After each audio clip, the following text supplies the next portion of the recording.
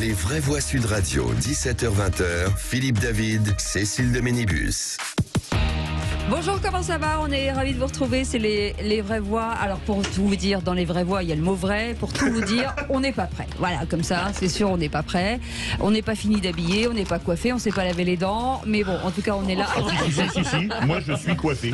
Ah oui, d'accord, avec une éponge. Oui, Donc, c'est ça. Voilà, et en tout cas, et vous êtes né coiffé. on est ravis de vous retrouver. On espère que tout va bien, que c'est pas trop compliqué. Forcément, hein, ces manifestations, ça a été compliqué. Ça a été dur, j'ai attendu un bus pendant 3 quarts d'heure en définitive pour prendre un taxi. Très bien. De manière très intrigante. C'est l'anecdote du jour de Philippe Bollard. Vous savez que c'est pour ça que les gens qui n'étaient pas le Parti communiste, ils attendaient la révolution, et c'est un peu comme quand on a attendu l'autobus 3 quarts d'heure, on veut pas se barrer avant qu'il arrive. En tout cas, on est ensemble jusqu'à 19h. On vous souhaite la bienvenue. 0826 300 300. Et on va revenir tout de suite sur le sommaire de cette émission. Vous nous appelez quand vous voulez. Aidez-moi parce que je n'ai rien. Écoutez, ma chère Cécile, faut-il féminiser les noms de rues? C'est le premier point, oui, à 17h30. En moyenne, seuls 6% des rues sont nommées par des patronymes féminins en France. Depuis plusieurs années, de nombreuses associations réclament la parité dans l'espace public.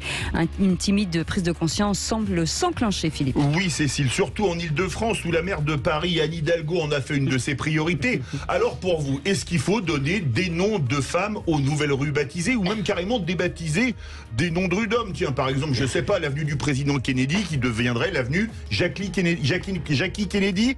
Venez nous le dire au 0826 300 300. Et si on donnait des noms de rue aux femmes? Eh ben peut-être, pourquoi pas. Et on va revenir sur les insultes, les bras d'honneur. Les politiques sont-ils devenus fous? C'est le coup de projecteur à 18h30. Hier, le garde des Sceaux, Éric Dupond-Moretti, a adressé un bras d'honneur, voire deux, visiblement, dans l'hémicycle, au président du groupe LR, Olivier Marleix. De quoi secouer une partie des débats et en tout cas de l'hémicycle. Oui, Cécile. Alors il a fait des excuses, mais ça n'a pas suffi. Alors on avait eu un salut nazi fait au député du Rassemblement National par un député de la majorité il y a quelque temps, au début de la mandature. Les insultes, des ministres traités d'assassins par un député insoumis. Maintenant, des bras d'honneur. Est-ce que pour vous, les politiques sont devenus fous? Est-ce que pour vous, vous dites, maintenant, les types font n'importe quoi, je ne vais plus voter? Venez nous le dire au 0826 300 300. On vous souhaite la bienvenue, c'est les vraies voix, jusqu'à 19h. Les vraies voix Sud Radio. Et comme une bonne nouvelle n'arrive jamais seule, elle vient toujours à 3, avec Philippe Bilger en tête de liste. Ça va, Philippe? En pleine forme, surtout que je viens de goûter un mets que je ne connaissais pas, qui porte un joli nom, que Philippe David adorera, les coucougnettes. Mais non, vous venez pas du tout de goûter les coucougnettes, ça c'était pour moi, parce que c'est la sainte gonzesse, mon cher Philippe, et je la souhaite évidemment bonne à tous. Mais vous avez goûté les tétons de la reine Margot.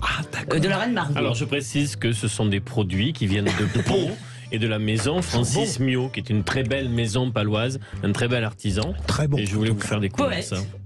Et on salue la maison Francis Mio, on salue tous nos auditeurs de Pau et des Pyrénées-Atlantiques. On avait été fabuleusement bien reçus mercredi dernier au Salon de l'Agriculture sur le stand des Pyrénées-Atlantiques.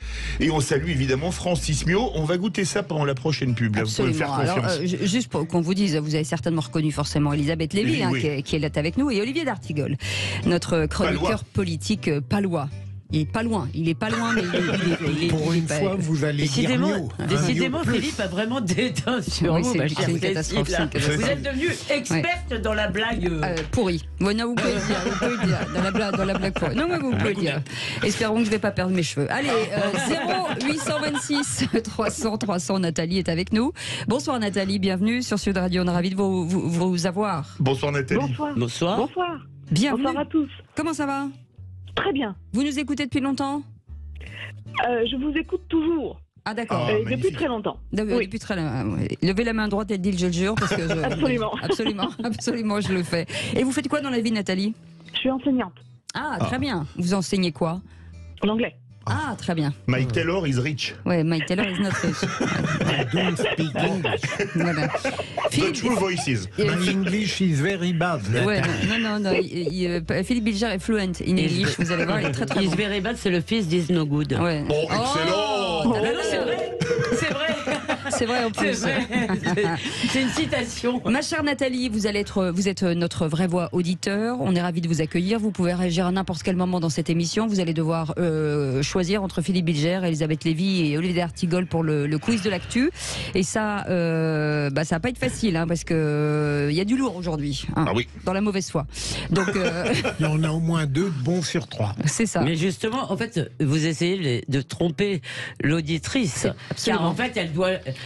Il faut savoir que ceux qu'elle choisit jouent contre elle. C'est ça. Celui qu'elle choisit joue contre elle. Donc, elle doit pas prendre le lourd, justement. Voilà. Mais elle doit définir qui est le lourd et qui est le faible.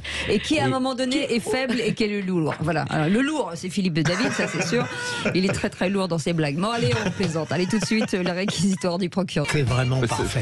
C'est bien ça. Je vois, ça groove pour Elisabeth Lévy. Elle aime bien, Elisabeth. Vous avez un côté Claudette, là, en faisant les doigts comme ça. Quel compliment, je le prends. C'était quand la dernière fois que vous êtes allé en boîte de nuit danser? Oh là. Moi, je sais, au siècle dernier. En boîte de nuit, ça fait assez longtemps que je n'ai d'ailleurs jamais tellement aimé ça, mais chez moi, ça fait pas si longtemps qu'on a dansé. Il y a une semaine. Et une semaine, vous êtes allé en boîte de nuit? Oui, ah bon, côté des Halles. C'était un bistrot où en bas il y avait une boîte de nuit. Et vous êtes allé faire un petit tour. Et vous avez fait le judge. T'es sûr que c'était pas le bal dansant de la. Je me suis presque endormi. De la coupole. Vous n'avez personne à séduire, Olivier. Non, j'ai accompagné pendant tous ces temps. Mais je me suis endormi. Et on la salue d'ailleurs. Qu'on embrasse. Ah oui, mais nous la c'est pas de saluons. qui. Mais si, je l'ai rencontré la semaine dernière. Olivier peut avoir une vie diverse. Philippe, faut la paix dans les ménages. Elle nous écoute, on l'embrasse. Et je tenais, on l'embrasse. s'il vous plaît, en cette journée de 8 mars, je souhaitais souhaiter un très bel anniversaire à notre ami René Chiche, qui est né aujourd'hui, qu'on embrasse notre très vraie voix fort. René Chiche qu'on l'embrasse. Oui. Voilà, qui sera avec nous vendredi. Mais pourquoi C'est parce que c'est son anniversaire. C'est son anniversaire.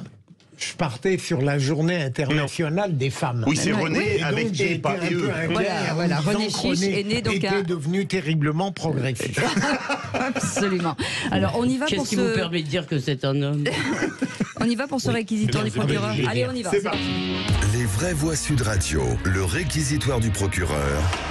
Philippe Bilger. Un réquisitoire contre le laisser-aller sous toutes les facettes apparences et... C'est peut-être le plus intéressant, profondeur. Oui, alors je vais aller très vite parce que je crois qu'en partie à cause de moi, on a pris du retard. Je ne parle pas que du ministre Dupond-Moretti, je ne parle pas que des grossièretés à l'Assemblée nationale. Je parle de cette malheureusement dérive qui fait que les êtres, où qu'ils soient, pour refuser l'attention, l'énergie, la maîtrise d'eux-mêmes, abandonne d'une part un laisser-aller dans l'apparence absolue, et je ne parle pas que des cravates, des robes, des pantalons, mais plus profondément à une sorte de vulgarité dans les profondeurs, parce que de la même manière que la liberté d'expression exige en fait des efforts considérables, la tenue superficielle et la tenue profonde oblige à des contraintes sur soi que plus beaucoup de monde ne sont capables d'accepter. Et donc, en ce sens-là, j'excuserai parfois, on en parlera tout à l'heure, certains ministres, parce que c'est très, très difficile, au fond, d'avoir de l'allure pour soi, en profondeur et en surface. Elisabeth Lévy, qui est parfaite en surface, en profondeur, non, pas au du carré, tout, justement pas. Et comme tout le monde, il m'arrive, si vous voulez, de de pas me maîtriser, voilà, ou d'être en colère, oui, donc j'ai tué personne, je vous rassure, voilà. Mais je peux me mettre en colère, dire des choses injustes, et je n'en suis jamais contente. Donc vous avez parfaitement c'est bien raison. De le dire, en tout cas. Et c'est pour ça, quand on écoute le scandale déclenché par le geste tout à fait condamnable, certes, de Éric Dupond-Moretti, on est charmé, si vous voulez, par tout d'un coup l'amour que toute la France a pour les bonnes manières. Vraiment, je suis alors là sidéré. Je suis dans un pays où plus personne ne parle une langue correcte. Si vous voulez, franchement, il suffit vraiment parfois d'écouter même certaines radios et vous entendez. Pas chez nous, Non mais c'est vrai, ou sur nos plateaux, on commet d'ailleurs beaucoup de fautes. Et je trouve cette espèce de jugement hyper sévère, comme si nous étions tous, nous, parfaits, et qu'on avait un sale type, ça commence à m'énerver. Voilà. Olivier d'Artigol. J'ai retrouvé une belle phrase de Montaigne, et j'y repense en écoutant le réquisitoire du procureur. La parole appartient pour moitié à celui qui parle et pour moitié à celui qui l'écoute. Oh, c'est beau. Et déjà, on ferait un effort. C'est pas moi qui ai dit ça? Moi, ça m'étonne. Pour vous, ça vaut le plus haut de Déjà, Montaigne. on ferait un effort d'écoute sur certains moments, sans préjuger ce que l'autre va dire. On progresserait un peu. On est en mal d'écoute dans de nombreux moments d'une journée ou de la vie. Ah oui, c'est vrai. C'est vrai. Est-ce que les gens, il nous reste 50 secondes, ne s'écoutent plus? Ça, c'est quand même une vraie chose. Ou ça tombe dans l'anathème directement. On a raison très rapidement. D'une part, parce qu'ils croient anticiper ce que l'autre va dire, et d'autre part, ça en les réalité, intéresse pas. parce que ça les intéresse pas. Voilà, c'est ça. Non, mais au début Je ne d'Internet, parle pas que de vous, hein, Philippe. Au début d'Internet, on pensait que ça allait être le grand merveilleux monde où tout le monde allait se parler, s'écouter. Et en fait, on a réalisé que les gens aimaient surtout parler d'eux, poster des choses que lire ceux des autres, ou aller, ça les passionne beaucoup plus. Alors, sauf apparemment avec ce fameux TikTok qui semble avoir drogué la moitié de la jeunesse. Mais... En tout cas, vous restez avec nous. Un petit message de René Chiche qui nous dit la famille Les Vraies Voix, je vous aime, je vous le dis. Les Vraies Voix, vous aurez des chocolats vendredi. Merci. Voilà. Merci René. Pour la peine, on aura des chocolats vendredi. Vous restez avec nous dans quelques instants, juste après les 3 mots dans l'actu de Félix Mathieu. On reviendra sur faut-il féminiser les noms des rues. Aujourd'hui en France, en moyenne 6% des rues sont nommées par des patronymes féminins. Pour l'instant, vous dites non à 87%. Donc on a envie de vous entendre. 0826 300 300. À tout de suite. Les Vraies Voix Sud Radio, 17h-20h, Philippe David, Cécile de Ménibus. On est très heureux d'être avec vous chaque jour. On se lève le matin avec Philippe David. Oui. À 9h30, on fait une réunion, on dit de quoi on va pouvoir parler. On est content, ça nous motive.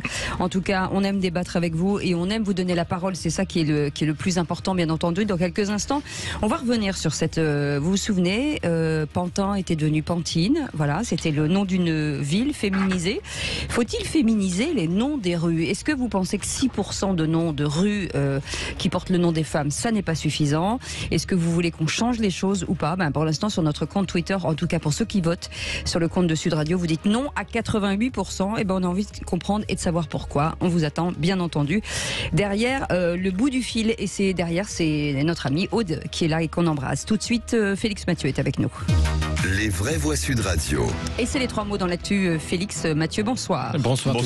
Et donc ces mots, forcément, un bras d'honneur, condamnation et travailleur. Le bras d'honneur d'Éric Dupond-Moretti n'a pas sa place dans l'hémicycle. La première ministre gronde son garde des Sceaux par téléphone. Les élus condamnés pour violence conjugale ne seront pas automatiquement inéligibles. L'Assemblée rejette la proposition de loi du groupe macroniste. Et puis pas question de voter une réforme qui pénalise les travailleurs. Déclaration signée Aurélien Pradier de LR après sa rencontre avec Laurent Berger de la CFDT. Les Vraies Voix Sud Radio. C'est l'entourage d'Elisabeth Borne qui le fait savoir. La première ministre a rappelé les bonnes manières à son ministre de la Justice au téléphone après son très vilain geste qui n'avait pas sa place dans l'hémicycle. L'histoire ne dit pas si Éric Dupond-Moretti s'est justifié comme ça. Sorti de son contexte, un doigt dans les fesses, ça peut être... Alors, le contexte de ce bras d'honneur, le voici. Hier soir, l'Assemblée nationale étudiait la proposition de loi d'Aurore Berger pour rendre les auteurs de violences conjugales inéligibles. Proposition annoncée suite au retour de l'insoumis Adrien Quatennens au Palais Bourbon. Là, le président du groupe LR, Olivier Marleix, a pris la parole pour demander en quelque sorte aux macronistes de balayer devant leur porte. Avant de nous présenter ce texte, Madame Berger, votre majorité aurait gagné, je crois, à s'offrir une séance d'introspection sur le thème que celui qui n'a jamais péché lui jette la première pierre. Il faut dire que vous avez de quoi faire en la matière. Je vous rafraîchis la mémoire. 11 condamnations dans la majorité, dont celle de violence envers une ex-compagne, avec refus du bureau de l'Assemblée nationale de lever l'immunité parlementaire du député concerné, et un autre condamné pour harcèlement sexuel envers une collaboratrice. 8 mises en examen, dont celle du secrétaire général de la présidence de la République, excusez du peu, et pardon, monsieur le garde, celle du garde des Sceaux, accusés l'un et l'autre de prise illégale d'intérêt. Le garde des Sceaux en question qui n'a pas du tout apprécié cette intervention d'Olivier Marleix, c'est là qu'il a eu ce très vilain geste qu'il a reconnu d'ailleurs lui-même. J'ai été mis en examen. Je ne suis pas condamné. Je conteste totalement les faits qui me sont reprochés. Maintenant, il n'y a pas un bras d'honneur, il y en a deux, mais accompagnés de paroles à chaque fois, qui sont... Enfin, monsieur le ministre, de quoi vous parlez exactement? Vous avez fait 2 bras d'honneur, c'est ce que vous êtes en train de dire à l'Assemblée? Vous n'avez pas à faire des bras d'honneur dans l'enceinte de l'Assemblée nationale, monsieur le ministre. J'ai dit, madame, bras d'honneur à la présomption d'innocence. Je l'ai dit 2 fois. Éric Dupond-Moretti qui a finalement présenté des excuses un peu plus tard, comme le lui réclamait Olivier Marleix lors d'un rappel au règlement sur le thème de l'exemplarité. Votre attitude, monsieur le garde des Sceaux, je comprends que vous avez pu fréquenter beaucoup de voyous dans votre carrière professionnelle. Et je comprends que ça ait pu à un moment d'éteindre un peu sur votre comportement, mais c'est plus qu'inapproprié. Alors malgré les excuses d'Éric Dupond-Moretti et ce rappel aux bonnes manières d'Elisabeth Borne par téléphone, plusieurs responsables des oppositions réclament la démission du garde des Sceaux. Petit tour de table, mais on va en parler à 18h30, parce que avec cette question, les politiques sont-ils devenus fous? Vous pouvez d'ores et déjà vous inscrire 0826 300 300, Philippe Bilger, bien sûr. Ceux qui, comme Olivier d'Artigol et moi, avions la certitude que rien ne se passerait, avaient raison.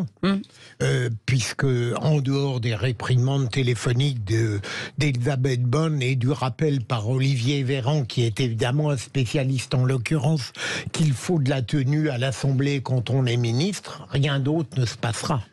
Elisabeth Lévy. Moi, écoutez, je trouve quand même, excusez-moi, je suis quand même un peu sidéré par l'ampleur prise par cette chose, et ça me fait dire 2 choses, si vous voulez. C'est que les propos qui ont été tenus sur le fond, c'est-à-dire l'idée de l'inéligibilité des gens condamnés, ça veut dire qu'il n'y a pas jamais de pardon, jamais de rédemption. Même quand vous avez purgé votre peine, même quand la justice est passée, la justice ne passe jamais. Il doit y avoir la peine de mort sociale derrière. Vous devez être marqué au fer rouge toute votre vie. Ça, c'est la conception maintenant que les gens les honnêtes gens ont de la justice. Ça commence à m'énerver, je trouve ça. Et on fait des excuses, ça n'a aucune espèce d'importance, et de toute façon, pourquoi demander des excuses si c'est pour dire ne de pas toute les façon, accepter. Enfin, franchement, on en parlera à 18h30. Oui, surtout que quand on voit l'image de l'acte de contrition du garde des Sceaux, on sent qu'il bouillonne intérieurement. Oui. C'est-à-dire que ça n'a pas été spontané. Il y a en plus une faute politique, puisque ça vise Olivier Marleix dans une séquence à suivre où Marleix a un positionnement stratégique pour faire atterrir le vote des députés LR. Mais ça ne vaut pas non plus un tombeau de réactions, un tombeau d'insultes. Un tombeau. Vous Il y a pensez à encore moi? combien d'heures d'émission? Non, ça va aller, on va aller au bout. Un tombeau, voilà. Mais je veux juste relancer les auditeurs pour 18h30, si vous permettez, juste de dire, j'ai l'impression que c'est de la provocation à outrance pour pousser les gens à bouger. J'ai vraiment l'impression de vivre ça à l'Assemblée nationale et au Sénat. Je trouve ça assez, surtout à l'Assemblée nationale, d'ailleurs, je trouve ça assez compliqué. Attendez, parce que tout le monde, que de la provocation, c'est-à-dire que tout le monde provoque tout le monde, et ça crée forcément des dérapages. Il y a eu une réaction d'un type qui se pense injustement attaqué, une mauvaise réaction émotionnelle. Mais la liste de dans Marleix, un pays où très tout longue. le monde sacralise l'émotion, si vous voulez, il faut arrêter quand même. C'est pas un crime non plus. Allez, avec tout ça, on oublierait presque le sujet de fond, la proposition de loi d'Aurore Berger qui a été rejetée. Et oui, pas de peine d'inéligibilité automatique pour les auteurs de violences conjugales ou intrafamiliales. La présidente du groupe Renaissance, furieuse durant ces débats que ce texte annoncé le jour du retour d'Adrien Quatennens soit perçu comme une proposition anti-Quatennens. Cessez systématiquement de remettre en cause la sincérité des combats que nous pouvons porter, parce que ces combats, mais on a compris, ça suffit. Franchement, ça suffit. Ça suffit, mais ça suffit. Mais enfin, Chers collègues, s'il vous plaît. je n'arriverai pas à m'exprimer dans le calme dans cet hémicycle. Je pense pourtant que ce texte le mérite. Nous sommes là ici en tant qu'élus pour dire que non, les auteurs de violences aggravées ne méritent pas de demain devenir des élus de la République. Proposition rejetée, 140 voix contre, 113 pour et 14 abstentions. Rejetée du fait de la situation au sein même de la majorité présidentielle, puisqu'il ne vous aura pas échappé que le groupe Horizon et le groupe Modem ne votent pas la proposition de loi. Et la loi actuelle permet d'ores et déjà de décider d'une peine d'inéligibilité. Là, il y avait une automaticité. Absolument. Et au final, est-ce qu'on peut encore se dire qu'en démocratie, c'est l'élection qui peut permettre à un député d'être renouvelé ou pas? Parce qu'on aurait tendance à l'oublier. Oui. Et je pense que les électeurs ne considèrent pas l'élection législative comme un premier prix de vertu. Et donc, là encore, une fois que des gens sont condamnés, ils ont purgé leur peine, ça n'est pas, c'est même une atteinte à la séparation des pouvoirs, pour moi, de dire ce sont des députés qui décident de qui a le droit d'être élu ou pas. En l'occurrence, je suis choqué par ce qui est automatique. Je veux dire, la seule manière de garder une bonne hiérarchie des infractions entre elles, c'est de faire, comme j'ai cru le comprendre dans le propos d'Olivier, quelque chose qui ne serait pas automatique. L'individualisation des peines. Et on termine avec un mot. Non, c'est pas ça. On termine avec un mot sur la réforme des retraites, Félix. Et ça va être amusant. Oui, du côté des LR, on en parlait un peu. Le député Aurélien Pradier, plus que jamais en mode frondeur, après avoir rencontré Laurent Berger de la CFDT à la sortie, il dit être d'accord avec lui sur le fond. Oui à une réforme, mais pas celle-là. Nous ne voulons pas d'une réforme qui pénalise les travailleurs. La France qui aujourd'hui se mobilise, c'est la France du travail. Ce n'est pas la France des feignants. C'est la France de celles et ceux qui travaillent dur au quotidien. De son côté, la présidente de l'Assemblée, Yaël Braun-Pivet, juge qu'il serait déloyal pour des députés de la majorité de ne pas voter la réforme. La porte d'Emmanuel Macron reste fermée, en tout cas aux syndicats qui demandaient à le rencontrer. Merci beaucoup Félix Mathieu, on vous retrouvera tout à l'heure pour le clic et dans quelques instants on va revenir sur ces noms de rue. Est-ce qu'il faut féminiser les noms de rue, c'est-à-dire est-ce qu'il faut débaptiser, rebaptiser avec des personnages illustres féminins? 0826 300 300, on en parle dans quelques instants Philippe. Absolument. Et ben vous avez raison de dire ça. Et dans cette belle aventure du mercredi, avec nous Philippe Bilger est là, au taquet. Vous êtes gentil de conserver l'adjectif belle alors que je suis là. Ah ben c'est ça, mais vous êtes tous beaux de l'intérieur et de l'extérieur. C'est le cas d'Elisabeth Lévy aussi. Ça va Elisabeth? Mais très bien. Bienvenue chez nous, rédactrice en chef de la rédaction du Causeur. Il y a quoi cette semaine? Il y a quoi en couverture là en ce moment? Ah bah oui, je voulais apporter d'ailleurs, je vais aller le chercher. Voilà. On en parlera tout à l'heure. Vous pouvez le dire? C'est une couverture plus sombre que les deux derniers numéros. Ça s'appelle Rééducation nationale et c'est Éric Zemmour qui est en couverture parce que c'est Reconquête qui nous a donné accès aux 50 000 ou 40 000 témoignages qu'ils ont reçus quand ils ont lancé un appel un peu. Oui. Et ce qui se passe dans nos écoles, ce qu'on raconte aux gamins, c'est-à-dire on est dans le post-monde du wokisme, du LGBTisme, c'est-à-dire en fait c'est de l'endoctrinement. Ce serait un endoctrinement inverse que ça m'agacerait autant. Voilà, très bien. Est-ce que Causeur va retrouver les belles couvertures des deux précédents numéros colorés au possible? Donnez-moi une belle actu, je vous ferai des belles couvertures. Les vrais voix. Olivier D'Artigol était avec nous, éditorialiste politique. Et tout de suite, c'est le grand débat du jour. Les vraies voix Sud Radio, le grand débat du jour. Les femmes sont totalement sous-représentées dans notre espace public. Seuls 2% des rues en France portent des noms de femmes. On espère que les gens se rendent vraiment compte que les femmes n'existent pas dans l'espace public parce qu'on ne se pose pas forcément la question puisqu'on vit avec ça, avec des noms de Victor Hugo ou du général Leclerc. C'est très symbolique en fait de l'effacement des femmes dans la mémoire collective. Il me semble important de reconnaître que les femmes ont participé à la société. Il y a encore beaucoup de chemin à parcourir pour arriver à une parité des noms de rue. Je pense que c'est hyper important de se réapproprier notre patrimoine. C'est la moitié de l'humanité quand même. Et c'est cette question du jour, faut-il féminiser les noms de rue? Vous dites non en majorité, alors que la polémique a enflé. Vous savez, pendant près de 48 heures sur le changement de nom de la commune de Pantin en Pantine, des villes accélèrent la féminisation des noms de lieux dans l'espace public, Philippe. Oui, Cécile. D'ailleurs, Anne Hidalgo en a fait une priorité à Paris, mais la France, ce n'est pas que Paris. Est-ce que vous pensez qu'il devrait y avoir plus de noms de rue avec des noms de femmes? Dites-nous, tiens, appelez-nous pour nous dire quelles femmes devrait avoir des noms de rue. Moi, je trouverais normal, par exemple, qu'on rebaptise l'avenue des Champs-Élysées, avenue Cécile de Ménibus, et la place de la Concorde, place Elisabeth Lévy. Oui, mais alors, si vous avez normalement, faut être mort pour ça. Non, alors, je suis pas très pressé. Venez nous le dire. Il n'y a pas de impasse.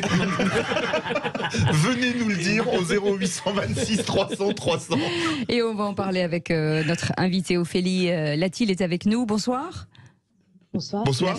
Merci. Vous aurez droit aussi à une avenue, vous inquiétez pas. Oui, on va vous donner, bien sûr, fondatrice du collectif Georgette Sand, qui promeut la visibilité des femmes dans l'espace public. Vous avez rédigé l'ouvrage Ni vu ni connu, Panthéon, histoire et mémoire. Vous restez avec nous.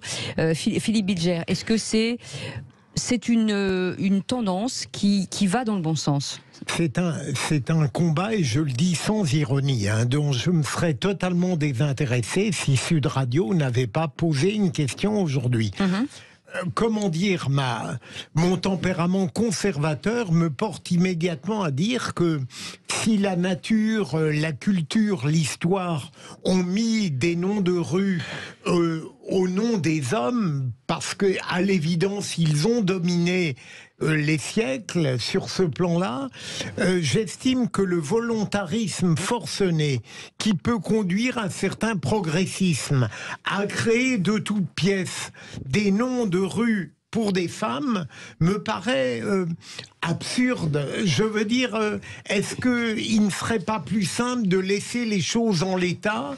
Et je n'ai pas l'impression, quand je me promène dans les rues de Paris, pas forcément seul comme chanterait Goldman, que en réalité, le déficit de noms de femmes me rend moins progressiste en ce qui concerne la relation des hommes et des femmes, à supposer qu'on veuille bien me créditer de ça. Elisabeth Lévy. Alors moi, je vais être un peu moins gentil.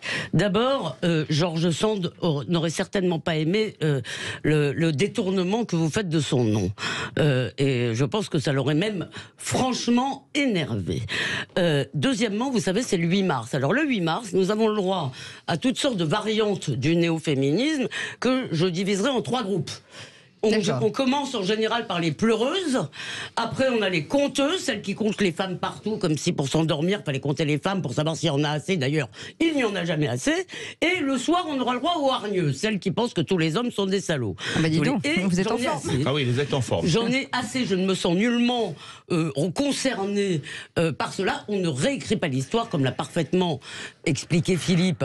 Bien entendu, c'est une trace de l'histoire, notre histoire, et c'est ce qu'elle est. Nous l'avons suffisamment condamnée. Je redis d'ailleurs que la différence, la spécificité, la singularité de la culture occidentale n'est pas d'avoir dominé les femmes, c'est d'avoir aboli cette domination, comme elle a aboli l'esclavage, si vous voulez, et c'est en train, les choses vont se rééquilibrer. Vouloir nous enquiquiner à compter les noms de femmes, comme si quelqu'un... On a quelque chose à faire, c'est une question, est-ce que les femmes illustres qui ont marqué l'histoire de notre pays et au-delà, ou des femmes qui ont été marquées par de l'invisibilité, par une histoire souvent écrite par des hommes d'ailleurs, alors qu'elles ont eu un apport conséquent, singulier, ont trouvé la place qu'elles méritent dans l'espace public? Non, c'est un constat. Je ne suis pas, moi, pour rebaptiser. Je suis pour que on prenne à bras le corps cette question et qu'on puisse, et que l'avenir, voilà, dans les années qui viennent, aller vers ça. J'ai le souvenir de la, j'ai le souvenir, je vais te répondre et elles y seront pour beaucoup. J'ai le souvenir de la belle chanson de Juliette, Rime féminine. Vous vous souvenez? Où elle donnait son panthéon de femmes merveilleuses, magnifiques. Mais allons piocher dans cette chanson, ça vous donnera beaucoup d'idées. Voilà, Ophélie Latil, voilà, vous avez un... je sens que... Le regard d'Elisabeth Lévy sur moi... On dit-le. En tout cas, vous avez été applaudi, hein, alors, je le vois. Ophélie Latil, on voit que bon, voilà, les avis divergent aujourd'hui. Effectivement, votre collectif s'appelle Georgette Sand, donc ça veut dire que vous faites un détournement aussi des choses, mais j'imagine que c'est aussi une façon de provoquer. Quel est l'intérêt aujourd'hui? Est-ce que il faut débaptiser pour vous? Est-ce qu'on parle d'avenir? Ça, c'est important déjà. Déjà, je pense que pour contextualiser, c'est le mot invisibilisation qu'il faut utiliser, pas invisibilité.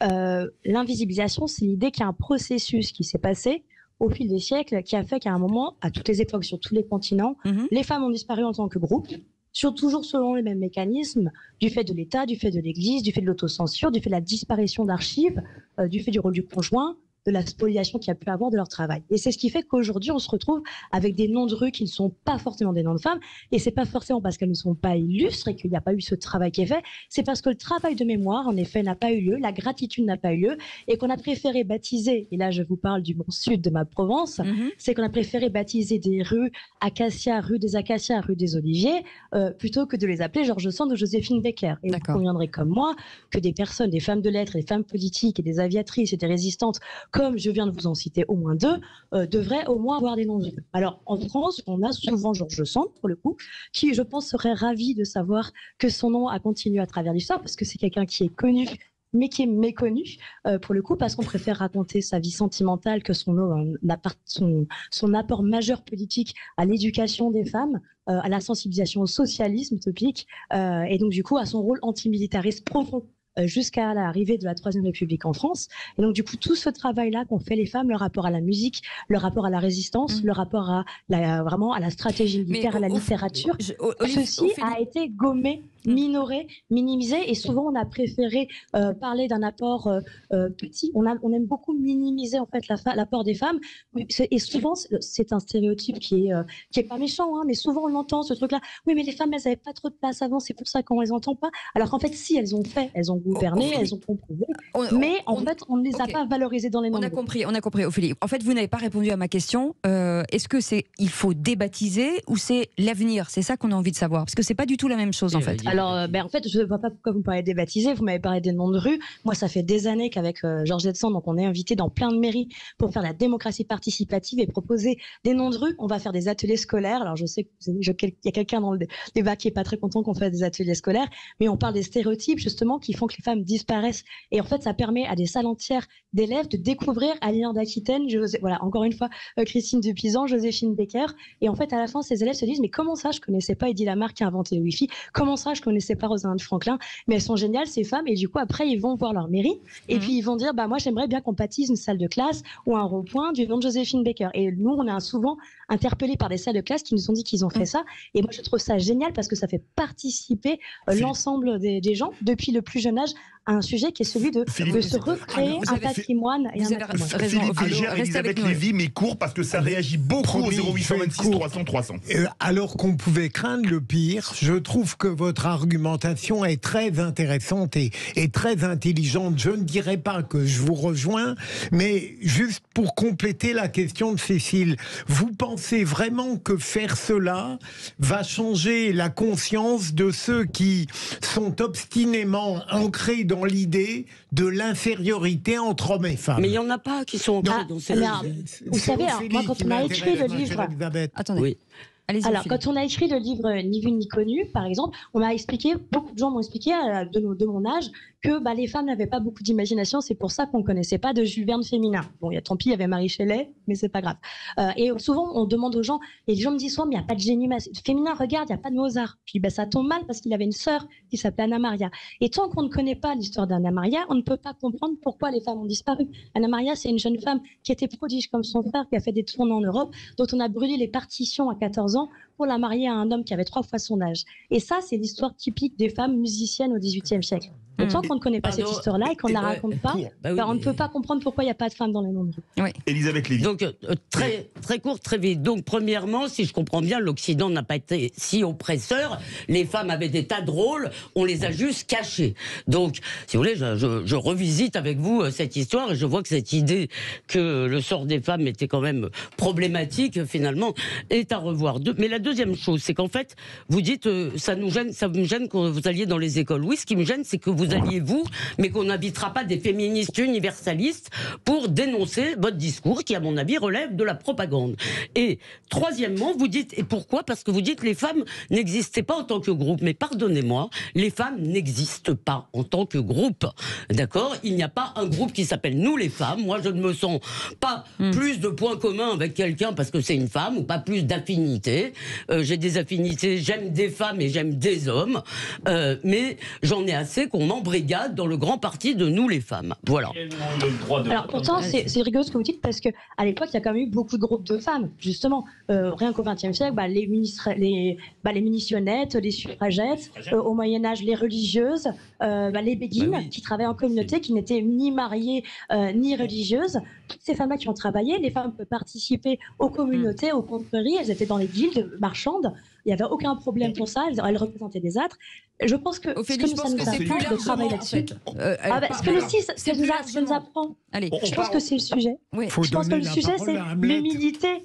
Je pense que ce que ça nous apprend, c'est l'humilité de penser que c'est pas parce que des femmes ont été connues en leur temps qu'on a pensé à elles et qu'on a pensé à leur donner un nom de rue. Donc c'est pour ça que moi je pense qu'il faut penser à oublier les noms, à oublier les acacias. Ophélie, on a des auditeurs, bougez pas, restez avec nous. 0826 300 300, Nathalie est avec nous. Bonsoir Nathalie. Rebonsoir Nathalie. Allez-y Nathalie. Alors votre réaction, vous en tant que femme? Oui, en tant que femme, j'ai entendu réapproprier notre patrimoine dans un des interlocuteurs. Alors, se réapproprier, oui, d'accord, c'est louable comme intention, mais peut-être qu'on vaut mieux que des noms de rue. Et puis, j'ai pas besoin de noms de rue pour être plus forte que les hommes. Pour moi, il n'y a pas de groupe. Je rejoins Elisabeth Lévy. Il n'y a pas le groupe homme, il n'y a pas le groupe femme. Et j'ai l'impression, je mets de l'huile sur le feu, j'ai l'impression que c'est comme une sorte de... On enlève des stéréotypes pour créer d'autres stéréotypes et qu'on glisse sournoisement vers le wokisme, ça me déplaît. D'accord. Voilà, j'aime pas qu'on utilise mon sexe pour le politiser comme ça. Bon, alors, Nathalie, vous restez là. Vincent au 0826 300 300, comme ça on fera réagir nos éditorialistes. Vincent, bienvenue. Bonsoir Grégoire. Merci d'être avec nous. Vous vouliez réagir aussi, Vincent? Mais voilà, moi c'est juste pour cette pratique, j'ai rien contre qu'il y ait une nom de rue de femmes pour les nouveaux lotissements qui se font, les nouveaux quartiers. Par contre, débaptiser des rues pour donner un nom de femme. Plus des rues des Acacias ou des Oliviers. Oui, non, mais d'accord, mais quand vous habitez rue des Acacias et que ça devient rue Jeanne d'Arc, par exemple, vous allez voir les problèmes que vous allez avoir, que ce soit pour le DF, pour que ce soit votre carte d'identité, votre carte grise de voiture, votre permis de conduire, et tout ça, c'est des papiers à faire.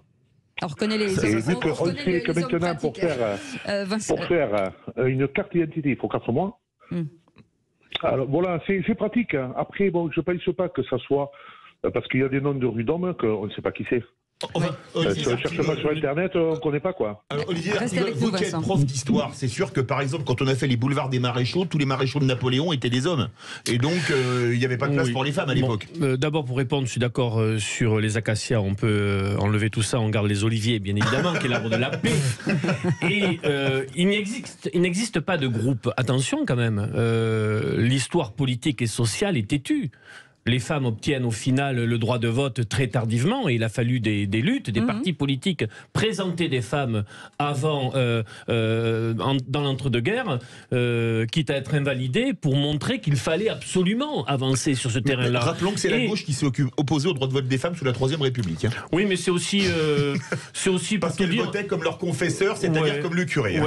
Mais c'est aussi les partis de gauche qui présentent des femmes sur leur liste alors qu'elles n'ont pas le droit de vote. Et si vous prenez la composition de la première et de la seconde Assemblée nationale constituante, vous verrez dans quel rang se situent les femmes. Je rends hommage d'ailleurs à Madeleine Braun, qui a été la première vice-présidente de l'Assemblée nationale en 44-45. Et concernant ces groupes, si vous prenez la simple question de l'inégalité salariale, vous voyez bien que les groupes sont constitués. Malheureusement, que beaucoup reste à faire. Mais non, mais c'est une réalité. C'est pas parce que, effectivement, c'est marrant. Enfin bon, j'ai pas le temps de rentrer dans la démonstration statistique. Mais justement, il me semble. C'est dommage parce que les statistiques, en l'occurrence, elles parlent beaucoup. Aujourd'hui, en termes juridiques, et ça me semble très important, l'égalité est la norme. Évidemment, comme toutes les choses, elle n'est jamais pleinement réalisée, mais elle va parfois très loin jusqu'à l'indifférenciation, au refus de la différence des sexes. C'est-à-dire, on ne veut même pas seulement l'égalité, on veut qu'il y ait plus d'hommes et plus de femmes et que chacun soit ce qu'il veut. Mais juste dernière chose, moi, comme femme, c'est assez rare que je dise ce bout de phrase, je me sens humiliée à l'idée qu'on va donner des noms de rue aux femmes, parce que ce sont des femmes et parce qu'il leur faut leur rocher et il faut arriver à une sorte de parité absurde. Elle va arriver naturellement. Un jour, il y aura plus de noms de femmes. Aujourd'hui, il y a un certain nombre déjà de domaines où il y a déjà plus de femmes, où les femmes ont plus de chances que les hommes. Aujourd'hui, dans toutes les boîtes, on cherche. C'est évidemment, ça n'a pas commencé. Non, rien n'arrive naturellement. Non, oulala. Le mot de la fin, Ophélie Latil, il reste 50 secondes. Ophélie, allez-y, on vous écoute. Ophélie. Écoutez, je pense que Georges Sand, et puis toutes les femmes de lettres, et puis toutes les musiciennes, et puis toutes les militaires, et puis toutes les stratèges, et puis toutes les militantes sont heureuses d'avoir une rue à leur nom, parce que c'est la mémoire de notre culture, de se rappeler de ce que ces femmes ont fait. Je pense que c'est important pour les enfants de savoir que leur passé leur ressemble aussi un peu. C'est notamment important pour les petites filles et les petits garçons de savoir que leur histoire a été faite de gens très divers. Et par ailleurs, je pense que ça n'enlève rien à l'espace public de rajouter ça. Au contraire, ça rajoute de la beauté aux choses, en plus d'être en effet pas une seule chose, puisque ça se rajoute au travail que l'on fait pour augmenter la visibilité des femmes dans les manuels scolaires, par exemple, ou la parité dans les médias. Et c'est un tout. Il faut penser à tout. Merci faire beaucoup. Plus inclusif. Débat très réussi, Cécile. On commence par du péremptoire et on termine par de l'évitation. Ça, c'est un très bon débat. Merci beaucoup, Ophélie Latil, en tout cas, d'avoir accepté de participer à ce débat qui peut parfois être houleux, mais en tout cas, qui était très intéressant. Et qui a permis à tout le monde, en tout cas, de donner son avis. Merci beaucoup. Vous êtes fondatrice de ce collectif, Georgette Sand, qui promeut la visibilité des femmes dans l'espace public. Et vous avez donc co-dirigé l'ouvrage Ni vu, ni connu, Panthéon, Histoire, Mémoire. Merci d'avoir été avec nous. On reste ensemble dans quelques instants. On se détend, où on se tend avec le quiz de l'actu. Déjà, le Kikadi. C'est Kikadi. Il n'y a pas que, il y a le Kikadi, mais pas que. Allez, on se dépêche. C'est le quiz de l'actu avec Philippe Bilger, avec Elisabeth Lévy, avec Olivier d'Artigol, avec Nathalie. Allez, on le lance. C'est maintenant. Les vraies voix Sud Radio. Le quiz de l'actu. On est des oufs. Nathalie, on a très peu de temps. Vous êtes avec nous? Oui. Ou vous êtes contre Philippe Bilger, ou contre Elisabeth Lévy, ou contre Olivier d'Artigol? Elle est contre Elisabeth Lévy. Oh là, malheureuse. Et on démarre. Allez, question histoire. Qui a décrété la première journée internationale des femmes le 8 mars 1921? Lénine. Bonne réponse. Elisabeth Lévy. Elisabeth, nous l'avons appris tout à l'heure. On l'a appris en préparant le quiz ensemble avec Cécile. Moi, je ne savais pas. Dis donc, ça démarre bien. Vous savez, lui. C'est Lénine, absolument. 2 points pour Elisabeth. Allez, on va se faire une petite question Kikadi. Je pensais qu'elle allait... non. Kikadi, en parlant d'Éric Dupond-Moretti, dans n'importe quelle autre démocratie, la première ministre aurait exigé sa démission. Ah, j'ai entendu, oh là là. C'est un politique? Oui, bien sûr. Marine Le Pen? Non. Jean-Luc Mélenchon? Non. C'est un responsable. Faure. Bonne réponse de Philippe Bilger. Il y a des hasards bien heureux. C'est Olivier Faure, effectivement. Bien de le reconnaître. Deuxième question Kikadi. Et toujours concernant Éric Dupond-Moretti. En faisant un bras d'honneur à la représentation nationale, c'est aux Français qu'il fait un bras d'honneur. Olivier Marleix? Non. Absolument pas. Non. Ne regardez pas comme ça, je vous dirai rien. Il y a beaucoup de personnes qui peuvent dire ça. C'est pas Panot? Non. Pardon? Qui? C'est aux Français. Non, sinon, on l'aurait dit aux Françaises et aux Français. Marine Le Pen, donc. Non. Pas loin. Bardella. Bonne réponse d'Elisabeth Lévy. Jordan Bardella, 4 points à 2. Pour l'instant, Nathalie. Bardella, c'est quand même... Nathalie, c'est pas si loin. Nathalie, vous êtes de l'Essonne. Là, une question cadeau. Une question Allez, on y va. pour On se dépêche. Quelle équipe le PSG va-t-il affronter ce soir en Ligue des Champions? Bonne réponse d'Elisabeth. C'est pas parce qu'elle parle plus vite que le gagne celui qui le dit en même temps que lui. Et quand je mets cette question, Cécile me dit, mais Elisabeth va pas savoir répondre. C'est elle qui a la réponse. Je demande un contrôle antidoping. Attention. Question féminine. Quelle fonction n'est représentée que par 6% des femmes dans le monde? Chef d'État. Exactement, chef d'État élu. 6-4. Allez, une dernière question. Dans quel secteur d'activité une proposition de loi a-t-elle été déposée pour limiter le droit de grève? Ça date d'aujourd'hui. Le transport. Faut être plus précis. Il n'y a pas que. Contrôle aérien? Non. Qu'est-ce que vous avez dit? Métro. De Philippe Bilger, raffinerie. Les raffineries. Raffinerie, transport de carburant et dépôt de... 6-6. 6-6. Ah non, mais on est obligé d'en faire une. Une dernière. Allez, une dernière. Question Légion d'honneur. Agnès Buzyn va être décorée aujourd'hui de la Légion d'honneur par Emmanuel Macron. Quelle autre ancienne ministre va-t-elle aussi être décorée? Roselyne Bachelot? Non. Non. Cresson. Non. Goulard. Non. Nicole Belloubet. Bonne réponse. Bravo Nathalie. Bravo Nathalie. Eh ben c'est Nathalie qui gagne. Nathalie nous a sauvés. Eh ben vous a sauvés effectivement. Ah oui. On n'était pas bien. Allez, vous restez avec nous. On revient dans quelques instants avec nos éditorialistes du jour, avec le coup de gueule de Philippe David, justement sur cette Légion d'honneur à Agnès Buzyn, qui l'a fait beaucoup réagir. Ça fait du clic sur les réseaux sociaux avec Félix Mathieu, et puis le tour de table de l'actu des vraies voix avec des vrais sujets qui vous concernent tout de suite. Les vraies voix Sud Radio, 17h-20h, Philippe David, Cécile de Ménibus.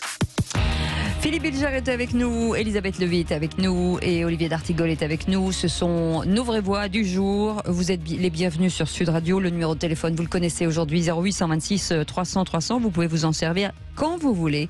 On vous prendra bien entendu en priorité à l'antenne. À 18h30, on va revenir sur ces politiques. Est-ce qu'ils sont devenus fous? Est-ce que vous avez l'impression qu'avec tout ce qui s'est passé à l'Assemblée nationale, avec les insultes, les bras d'honneur, est-ce que finalement on se dit que cette politique part en cacahuète, peut-être, c'est le cas de le dire. Vous nous appelez, vous pouvez d'ores et déjà vous inscrire. En attendant, le coup de gueule de Philippe David. Les vraies voix Sud Radio. Et Philippe, le coup de gueule est sur la Légion d'honneur d'Agnès Buzyn. Oui, Cécile. Parfois, il vaut mieux, surtout quand une partie du pays est dans la rue, éviter de provoquer les gens. On avait connu au moment de la pandémie le fameux « j'ai très envie d'emmerder les non-vaccinés » du président de la République, quelques jours après avoir reconnu lors d'une interview qu'il regrettait les propos qu'il avait tenus et qui auraient pu blesser.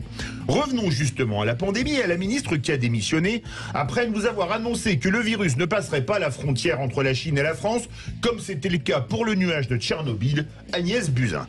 Une ministre qui avait démissionné et qui, après avoir été recasée à la Cour des comptes, un endroit où une expérience médicale est absolument vitale pour pouvoir avoir des compétences, a été décorée de la Légion d'honneur aujourd'hui. Alors je pense que franchement, il y a encore une fois un gros problème de timing dans les prises de décision du président de la République, parce que la Légion d'honneur d'Agnès Buzyn, je pense que ça va pas très très bien passer dans l'opinion publique. Philippe Bilger, est-ce qu'il y a encore un problème de calendrier, comme le dit Philippe David? J'ai scrupule, ma chère Cécile, à émettre des critiques sur la Légion d'honneur à Agnès Buzyn, parce que d'aucuns pourraient dire que je la méritais encore moins qu'elle. Oui. Et donc, ceci étant dit, en m'abstrayant, en ayant conscience que la Légion d'honneur aujourd'hui est donnée de manière trop systématique, trop libérale, pour ma part, j'étais dans un système, j'aurais préféré qu'elle fût donnée à des gens qui avaient fait preuve de leur courage, comme c'était le cas à l'origine. Agnès Buzyn, ça me gêne un petit peu, parce qu'il y a une déconnexion radicale entre les attitudes, les comportements, les activités professionnelles et une gratification tout de même qui est relativement importante, voire suprême. C'est ce qui me gêne. Un petit Olivier d'Artigol. Le message pose problème dans le timing. En effet, j'aurais préféré qu'on puisse attribuer la Légion peut-être à des chefs de service qui, pendant le Covid et après, ont tenu à bras le corps l'hôpital public. Et il y a toujours cette idée que c'est quelque chose pour dédommager, compenser le fait que cette personne a quitté le gouvernement, mais qu'elle est toujours un peu dans les radars. Un lot de consolation plus qu'une récompense, quoi. Eh ben, vous restez avec nous, on revient dans quelques instants. Il faut une petite pause. Félix Mathieu sera avec nous dans quelques instants ça fait du clic sur les réseaux sociaux. Juste quelques instants. On revient tout de suite. Ne bougez pas, à tout de suite. Ils sont avec nous, ils sont là, ils sont fringants, beaux comme des camions. Tout neuf. Tout neuf. Exact, enfin tout neuf, n'exagérons pas non plus. Hein. Ça dépend qui. C'est quand même de la deuxième main, quoi. Je parlais de vous, Philippe David. Philippe Bilger est avec nous, Elisabeth Lévy est avec nous, Olivier d'Artigol est avec nous et Félix Mathieu est avec nous, puisque ça fait du clic sur les réseaux sociaux. Les vraies voix Sud Radio, ça fait du clic sur les réseaux sociaux. Et Félix Mathieu, on est ravis de vous retrouver une seconde fois. Je suis ravi également. La date du jour, n'en faites pas trop. La date du jour, le 8 mars, se hisse en top tendance sur Twitter forcément, mais aussi au menu de l'Assemblée nationale. Adopté à l'unanimité, écrit Pierre-Alexandre Anglade, président de la Commission des affaires européennes de l'Assemblée nationale. La Commission des affaires européennes vient de voter le texte que je proposais en faveur de l'inscription du droit à l'avortement dans la Charte des droits fondamentaux de l'Union européenne. Un droit fondamental des femmes, le droit à l'avortement, à ces dernières années, fait l'objet d'attaques particulièrement virulentes, conduisant même à sa remise en cause au sein d'États démocratiques, y compris au sein de l'Union européenne. La montée en puissance de mouvements extrémistes, populistes, ultranationalistes pour certains au sein de différents pays européens a déjà contribué à fragiliser les droits des femmes, en particulier en Pologne et en Hongrie, qui connaît des régressions extrêmement inquiétantes. Pierre-Alexandre Anglade qui ajoute: en nous prononçant pour l'inscription du droit à l'IVG dans la Charte des droits fondamentaux, nous affirmons que les droits des femmes sont l'un des piliers des valeurs européennes. Philippe Bilger, un mot rapidement. Je me demande s'il est nécessaire de l'inscrire, enfin peut-être, alors qu'en France ça n'est pas menacé, mais évidemment il y a d'autres États qui considèrent que ça n'est pas un droit intangible et qui peuvent revenir dessus. C'est sûr que en ce sens-là, si on considère que c'est un progrès absolu, ils ont raison de le faire. Olivier d'Artigol, un mot. Ils ont raison de le faire parce que cela constitue une nouvelle marche pour ce droit qui est contesté d'une manière très forte dans d'autres pays. J'entends ce que dit Philippe sur la situation en France. Je sais aussi qu'on a pu connaître aussi des épisodes où des centres IVG étaient mis à mal par des personnes opposées à ce droit. Pendant ce temps, Félix, d'autres étaient dans la rue. Comme par exemple l'eurodéputée insoumise Manon Aubry qui poste une vidéo habillée en bleu de travail, un foulard rouge sur la tête en mode Rosie la riveteuse. Vous savez, cette figure de l'industrie de guerre devenue symbole féministe. Mais on a fait aussi revenir des centaines de milliers. Bonjour à toutes et à tous, on est ici à la manifestation du 8 mars pour les droits des femmes. Alors un petit message à Olivier Véran, on a fait revenir la pluie, rassure-toi.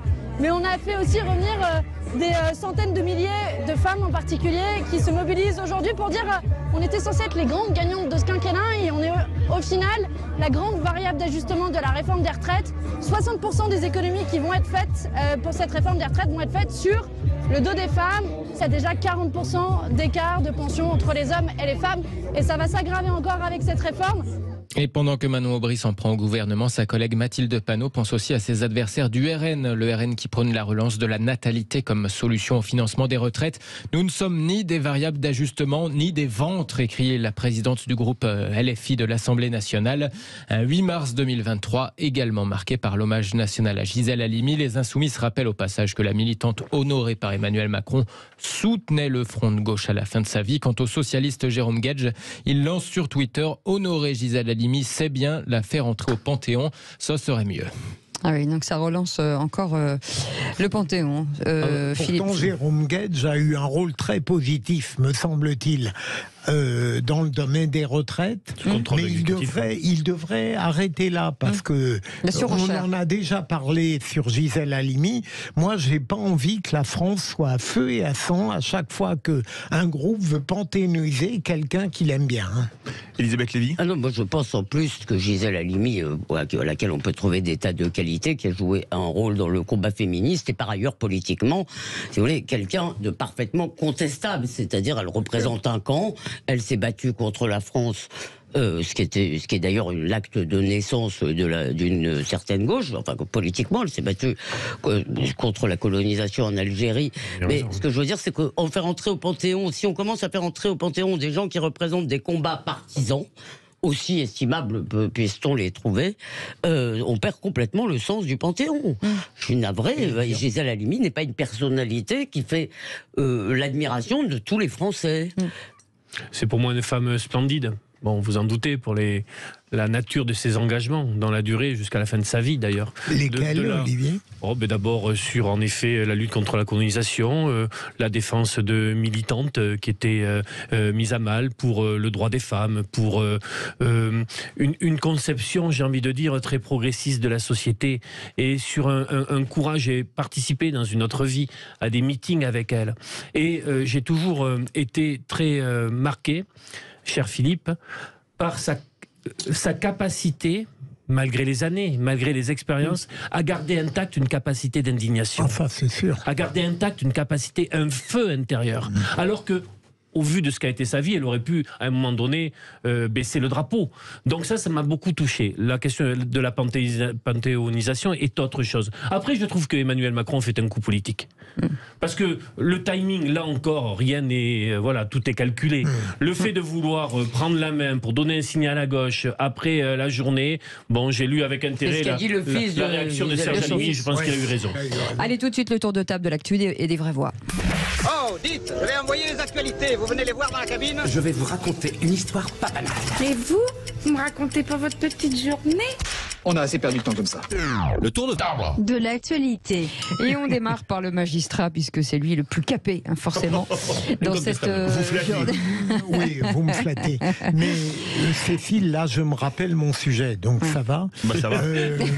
Avant même de le traiter rapidement, très rapidement, les débats qui ont eu lieu depuis le début me montrent que peut-être j'ai sinon totalement tort, du moins que ma réflexion doit être très largement infléchie.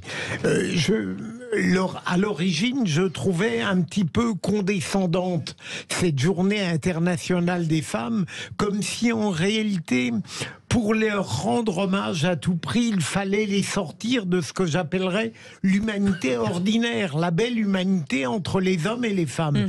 Et tout ce que j'entends depuis tout à l'heure me fait réfléchir. Je serais prêt à admettre qu'on pourrait rendre des hommages particuliers aujourd'hui à certaines femmes parce qu'elles en ont besoin, parce qu'elles ont eu un rôle. Donc je suis plus réservé, ma chère Cécile, à la fin de mon propos qu'au début ce matin. C'est intéressant, en tout cas ça avance. Alors d'abord c'est la journée internationale des droits des femmes, et vous avez raison, c'est peut-être une bonne chose d'avoir une journée où on puisse les célébrer, surtout dans les pays où ils sont dramatiquement bafoués, car je rappelle que l'Europe, je veux dire, c'est dans les chiffres de l'ONU qui ont été publiés après la déclaration de Madame de Philippis, l'Europe est le continent le plus sûr pour les femmes. Le moins sûr, c'est l'Afrique. C'est celui où il y a le moins de femmes. Il y en a encore beaucoup trop. Il y en a, mais 3000 me semble-t-il dans toute l'Europe dans les années 2018, je crois. C'est beaucoup trop, mais c'est beaucoup moins qu'ailleurs. Donc, en revanche, je crois par exemple, et cette année c'est particulier, je crois quand même qu'il faut avoir une pensée, même si la contestation en Iran est aussi le fait d'hommes, et ça il faut jamais oublier de le dire, elle est quand même partie à cause du droit des femmes de se dévoiler. Et là, moi, d'abord, je voudrais dire que j'ai un peu peur qu'on les oublie, parce qu'évidemment, il y a l'actu, comme on dit, et je pense qu'on a tort de les oublier, et j'en veux énormément, si vous voulez, à celles qui nous enquiquinent en nous expliquant que ici les droits des femmes c'est horrible et que le seul droit qu'il faudrait défendre absolument c'est celui de porter le voile islamique. Voilà. Olivier d'Artigol. Il y a bien sûr une hiérarchisation sur cette journée, c'est bien évidemment là-dessus, je rejoins Elisabeth. La nécessité et la priorité d'évoquer le combat des femmes dans des pays où le fait de s'engager sur ce terrain-là est un risque mortel. Ou en tout cas de perdre la liberté, souvent la vie. On pense à l'Iran, bien sûr, on pense à l'Afghanistan. Bon, bien évidemment. Pour autant, le Nigeria. Tout ce qui peut, y compris dans nos pays, y compris en Europe, permettre lors de cette journée d'évoquer l'ensemble des sujets sur lesquels il faut avancer et il faut gagner de nouveaux droits est toujours très utile. Le tour de table d'Elisabeth Lévy, c'est sur la loi de 2004 qui est jugée islamophobe selon pas mal d'enseignants pour un sondage. Les jeunes enseignants. C'est un sondage IFOP qui fait suite. L'IFOP travaille beaucoup sur cette question des atteintes à la laïcité à l'école. Alors sans surprise, 40% des enseignants ont déjà vu des situations conflictuelles pour des raisons identitaires et religieuses. religieuses. Et comme ce pourcentage monte toujours énormément dans les établissements REP, éducation prioritaire, où il y a beaucoup d'élèves issus de l'immigration musulmane, ce sont pour une énorme part des problèmes liés à certaines expressions de l'islam. Mais ce qui m'inquiète le plus, donc ça c'est pas très nouveau, hein, vous connaissez les menaces, les agressions, bon, je dis pas que c'est pas grave, mais c'est pas nouveau. Ce qui m'a vraiment beaucoup frappé, en revanche, c'est l'évolution idéologique des professeurs. Parce que vous savez qu'il y a une offensive des abayas, des tenues islamiques, des camis, tout ce que vous voulez. Les élèves, alors, il y a 40% de tous les professeurs qui sont d'accord avec l'affirmation, les élèves doivent pouvoir venir de les tenues qui leur conviennent, et ça monte à 62% chez les professeurs de moins de 30 ans. 62%, c'est-à-dire que les professeurs de demain, vous voyez, ceux qui vont être pendant les 20 ou 30, 40 prochaines années dans les salles de classe, et ben voilà comment ils pensent. C'est-à-dire, évidemment, c'est l'évolution générale d'ailleurs de la société, le multiculturalisme contre la République. Et tout aussi inquiétant, 20% de tous les enseignants et 40% des moins de 30 ans pensent que la loi de 2004, qui à mon avis sur l'interdiction des signes religieux à l'école publique, qui est une grande loi à mon avis de vivre ensemble, de laïcité, de république, eh bien ils pensent que cette loi est islamophobe. Donc 40% des moins de 30 ans, 20% de tous les professeurs. Philippe Bligère. Rapidement. En effet, c'est très préoccupant. On qualifie d'islamophobe une loi qui forcément s'attachait aux musulmans. Alors c'est comme si on n'avait pas le droit en 2004 de régir quelque chose qui posait de graves problèmes. Elle s'adressait à tout le monde, mais le problème était... Elle s'adressait à tout le monde. On a proscrit les kippas, les grandes croix, les signes religieux ostentatoires. Olivier D'Artigol, mais loi vous avez raison, islamophobe que celle de 2004 ? Non, c'était une loi importante. On ne met plus ces questions sous le tapis, il me semble. En tout cas, je trouve qu'il y a une prise de conscience, y compris dans une gauche qui, par le passé, en tout cas la gauche qui est la mienne, voilà, n'est pas dans le déni, n'est pas dans le refus d'obstacles. Et en effet, les enseignants, les chefs d'établissement sont confrontés à des problèmes sérieux, vifs, mais je crois qu'ils ne peuvent pas à eux seuls y répondre. C'est une question qui doit engager l'ensemble de la société. Permettez-moi d'ajouter une phrase. On voit dans ce sondage que les professeurs sont très insoumis. C'est une corporation où il y a beaucoup d'insoumis. Et les professeurs qui pensent le plus cela sont les plus soumis, si je puis dire, ceux qui sont le plus proches de LFI. Donc il y a véritablement une gauche qui a renoncé et trahi sur ces sujets. Ça n'est pas la gauche de mon ami Olivier. Olivier D'Artigol, la santé mentale des jeunes, une urgence. Rapidement, il nous est arrivé d'évoquer ce sujet, la santé mentale des adolescents, notamment en sortie de crise sanitaire. Une enquête de Santé publique France a indiqué il y a quelques jours que le nombre de jeunes qui connaissent un moment dépressif ou des pensées suicidaires a été multiplié par 3 en 6 ans. Il faut donc prendre la mesure, la gravité de cette situation. Les spécialistes de ces questions nous disent que aujourd'hui, partout dans le pays, il y a une poussée affolante de la demande de prise en charge. Mais la difficulté dans ce système de soins, notamment sur la pédopsychiatrie ou dans le monde scolaire, où il y a un médecin scolaire pour 16 000 lycéens, fait que les délais d'attente parfois sont de 1 an ou de plus d'1 an, si ce n'est des cas d'urgence. Il y a une communication gouvernementale sur ce sujet, mais les coups de téléphone que j'ai passé pour préparer mon intervention ce soir auprès de professionnels sur ces sujets-là me disent: Olivier, d'accord, il y a une communication, mais nous, sur le terrain, on voit rien. Un mot là-dessus. Est-ce qu'il n'y a pas, un mot très vite, est-ce qu'il n'y a pas en plus une réaction maintenant trop facile qui consiste à donner des médicaments tout de suite, si vous voulez, au risque de créer aujourd'hui des dépendances énormes aux antidépresseurs en France. C'est un sujet qu'il faudra qu'on évoque une prochaine fois avec vous, Olivier D'Artigol. Vous restez avec nous. Dans quelques instants, le coup de projecteur des vraies voix. On va revenir sur ces insultes, sur ces bras d'honneur, ces invectives. Mais est-ce que nos politiques ne sont pas devenus un petit peu fou? Est-ce qu'il n'y a pas une espèce de colère qui monte, de provocation? 0826 300 300. À cette question, vous répondez oui à 93%. Et je suis sûr qu'il y a des politiques qui ont répondu ça. Allez, à tout de suite. Les vraies voix Sud Radio, 17h-20h, Philippe David, Cécile de Ménibus. J'espère que vous êtes bien installés confortablement dans votre fauteuil, dans votre voiture, à la maison, en train de prendre un petit apéritif à 18h30, voilà, une petite tisane. Si vous êtes, une camomille. Si vous travaillez la nuit, à 18h30, vous êtes encore au lit. Vous avez bien raison. En tout cas, c'est les vraies voix. Avec Philippe Bilger qui est avec nous, Elisabeth Lévy en pleine forme et Olivier d'Artigol en forme. Vous êtes encore bronzé. Hein. C'est très énervant. Ou alors vous faites du point soleil. Non. Ou alors vous mettez du fond de teint. C'est le fond de teint de madame, peut-être, que vous êtes trompé ce matin de crème. Qu'est-ce que vous êtes genré, le fond de teint de madame. C'est un mélange des trois. C'est un mélange. Pourquoi il n'aurait pas de fond de teint Développé. Vous connaissez des hommes qui mettent du fond de teint, vous? Moi, j'en connais pas. Non, moi non plus.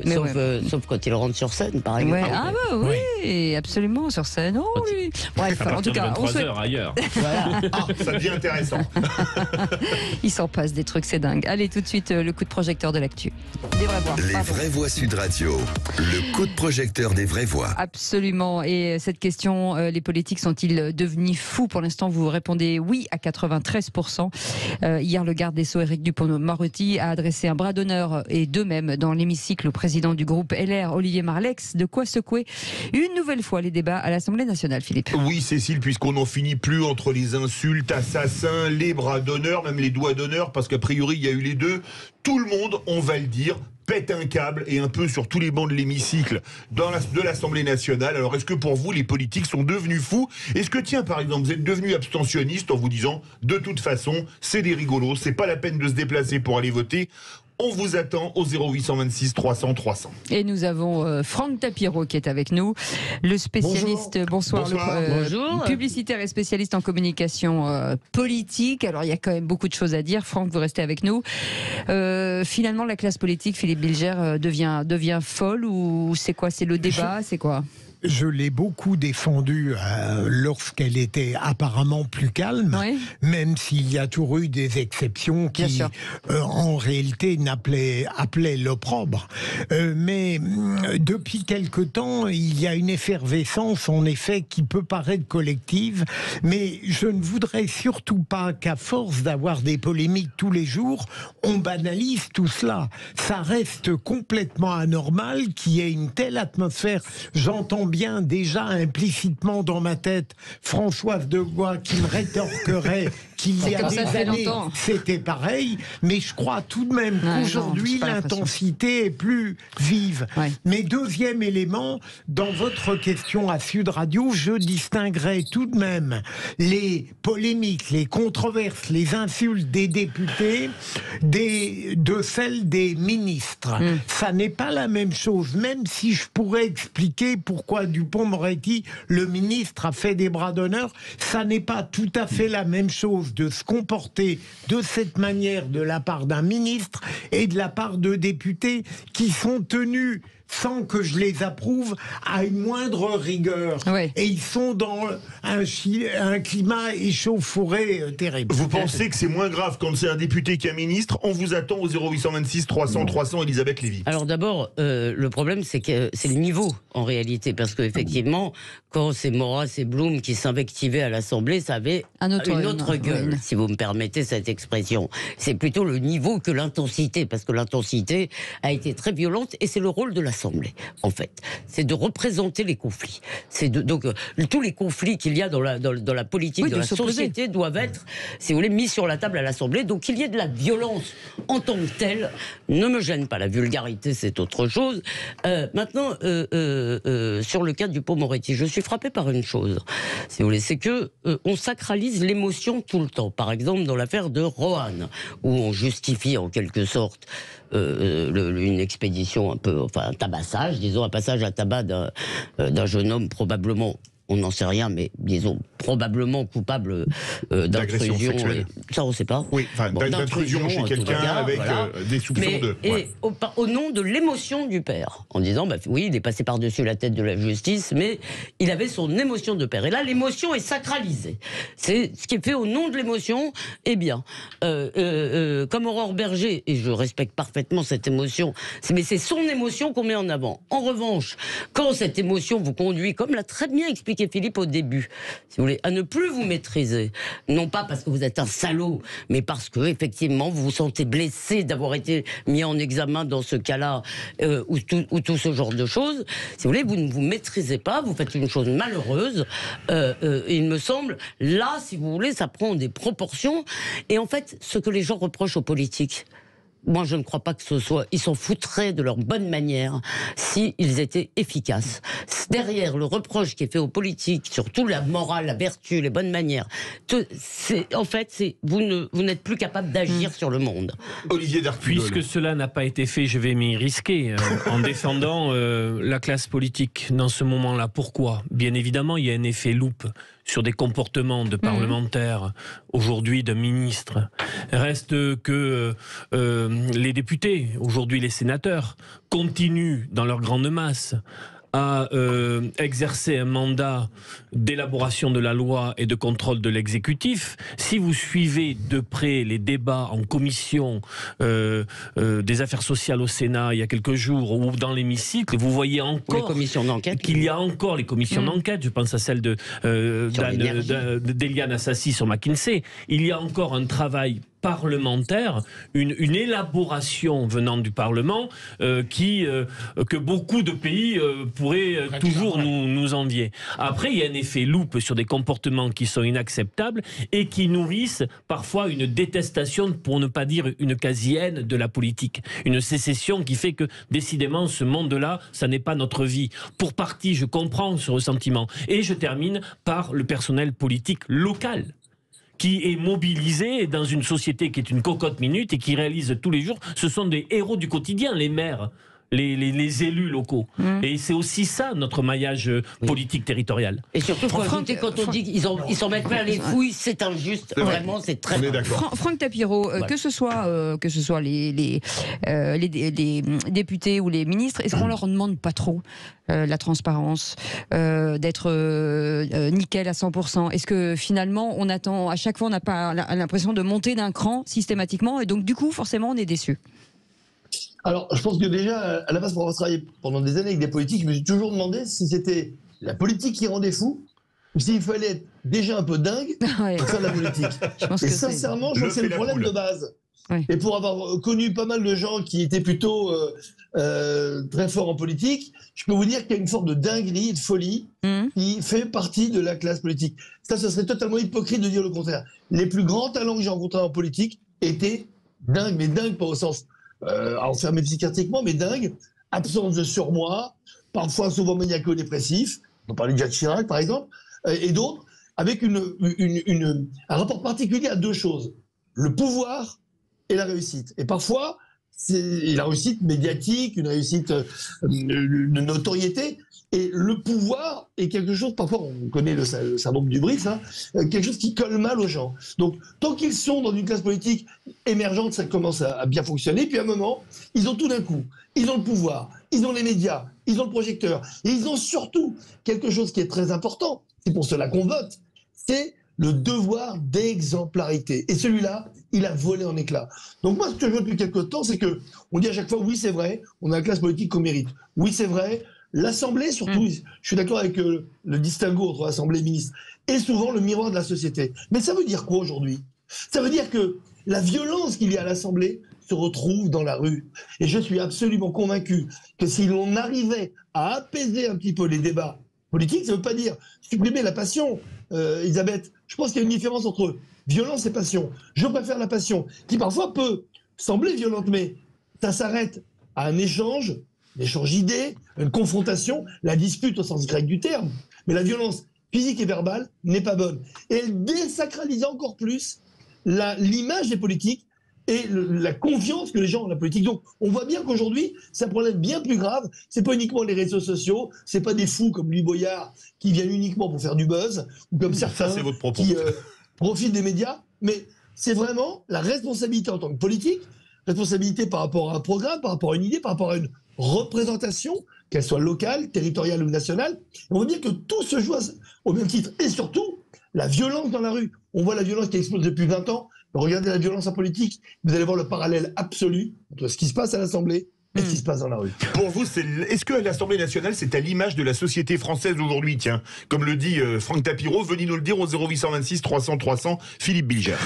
Franck Tapiro, sans paradoxe, est-ce que vous n'avez pas l'impression, au contraire, que l'Assemblée nationale en avait assez d'être en retard par rapport au désordre et à l'effervescence de la rue, et que d'autre part, nous avons de plus en plus de députés, pas seulement l'inénarrable Boyard, qui ne sont plus que des militants, qui ne songent pas à changer de casaque lorsqu'ils arrivent députés.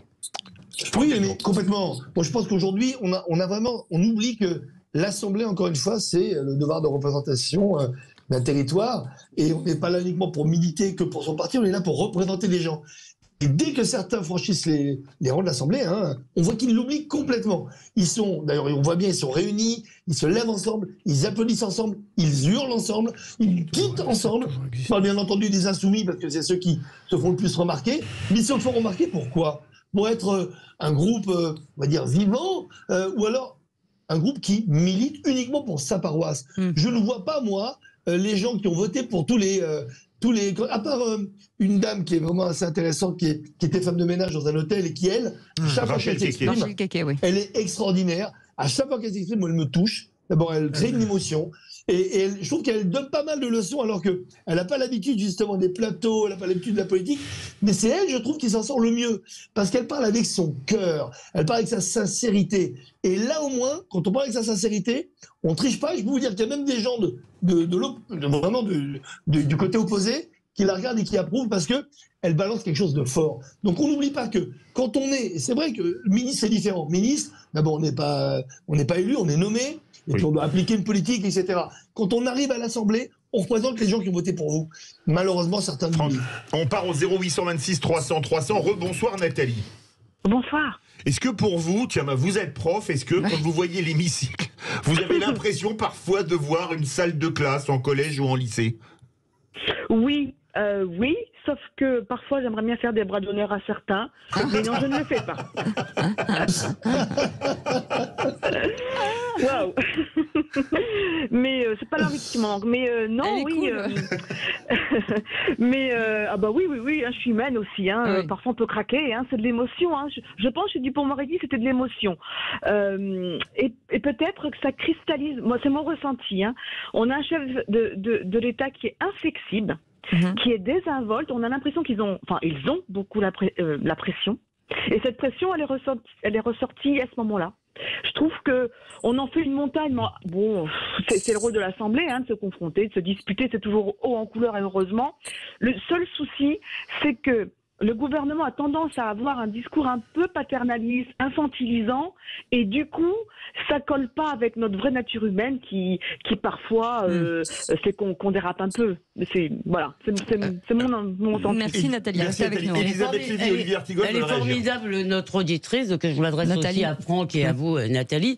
Moi, j'ai quand même cette histoire d'exemplarité me fait un peu rire, parce que je ne connais pas, si vous voulez, qui que ce soit qui prenne les politiques comme des exemples. C'est des gens à qui on délègue en quelque sorte les affaires du pays. Ça en fait pas des statures morales, mais surtout c'est un objectif qui cogne complètement avec cette ânerie, à mon avis, en tous les cas ce phénomène de la proximité qu'on exige des politiques. Vous ne pouvez pas à la fois dire on veut les meilleurs, ce qui était le sens initial en quelque sorte de la démocratie selon Montesquieu, c'était finalement on allait la représentation, aller sélectionner les meilleurs, et on veut des gens comme nous, on veut des gens qui nous ressemblent, qui soient proches de nous, qui soient nos copains, nos mamans, qui nous disent de bien nous couvrir quand il fait froid, etc.